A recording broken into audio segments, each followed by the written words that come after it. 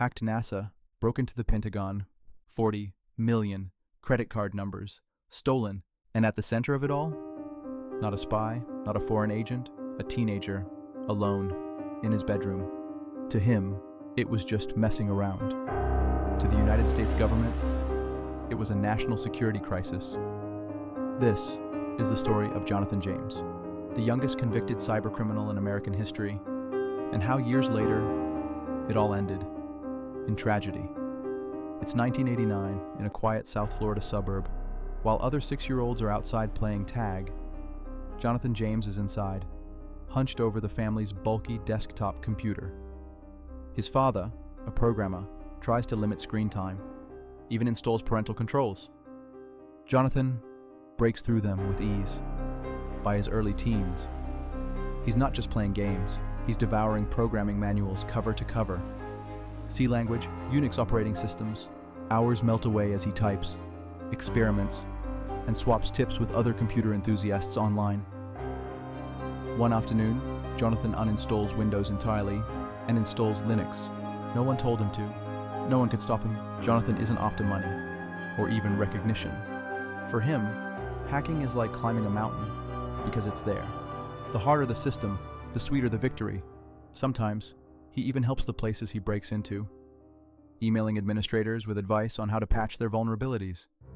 But in the summer of 1999, at just 15 years old, Jonathan sets his sights higher than ever. NASA target, the Marshall Space Flight Center in Huntsville, Alabama. Jonathan slips past the firewalls, gains access to 13 NASA computers. He downloads proprietary software worth $1.7 million. Code that controls the temperature and humidity aboard the International Space Station. NASA's reaction? Panic. They shut down parts of their systems for 3 weeks, costing $40,000 in damages. Jonathan's reaction? A shrug. In an interview later, he says, "The code was crap. I was just studying C. What better way to learn than from government software?" 2 months later, bored again, he goes after the Pentagon, specifically the Defense Threat Reduction Agency, the people who analyze nuclear, chemical, and biological weapon threats. Jonathan installs a backdoor, intercepts over 3,000 sensitive messages, and collects 19 usernames and passwords, 10 belonging to military staff. To him, it's just exploration. To the government, an unprecedented breach. January 2000, Jonathan's mother wakes him up, her voice trembling. "Jonathan, the FBI is at the door." Agents swarm the house, seizing 5 computers, his Palm Pilot, even his Star Trek book. Jonathan confesses, promises to stop for 3 months. Nothing. Then, the charges come. 6 months house arrest, no computers, apology letters to NASA and the Department of Defense. A failed drug test violates his probation.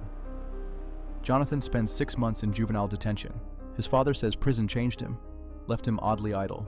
Jonathan walks away from hacking for good, or so he thought. Meet Albert Gonzalez, another gifted hacker who once breached NASA as a teen. But unlike Jonathan, Gonzalez doesn't stop. By the mid-2000s, he's the mastermind behind one of the largest identity theft operations in history, stealing over 180 million credit and debit card numbers. Here's the twist. Gonzalez is also a federal informant, feeding names to the Secret Service while still running his massive cybercrime empire. The Secret Service raids Jonathan's home again. They suspect he's JJ, a member of Gonzalez's crew. Jonathan insists he's innocent. But when he learns Gonzalez is working with the feds, a cold certainty sets in. They want a scapegoat. And who better than the NASA hacker everyone remembers? In the hacker scene, there's a document called Agent Steele's Guide to Getting Busted, written by a former hacker turned informant. It warns, law enforcement will play dirty to win. Jonathan has read it, and now, he's convinced. That's exactly what's happening. He's terrified of going back to prison. The first time was bad enough.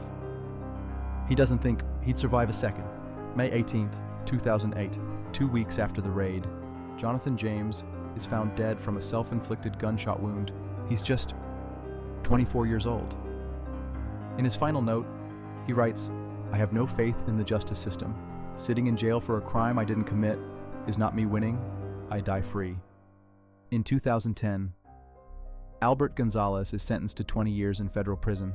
Another crew member, Christopher Scott, gets 7 years. It turns out, JJ likely wasn't Jonathan James at all. Jonathan was never arrested, charged, or tried for the TJX case. But fear, and a justice system eager to make examples, was enough to destroy him. Jonathan James wasn't a criminal mastermind. He was a gifted kid who saw the world in lines of code. And instead of guiding him, the system crushed him. Jonathan James, 1983 to 2008, the boy who hacked NASA,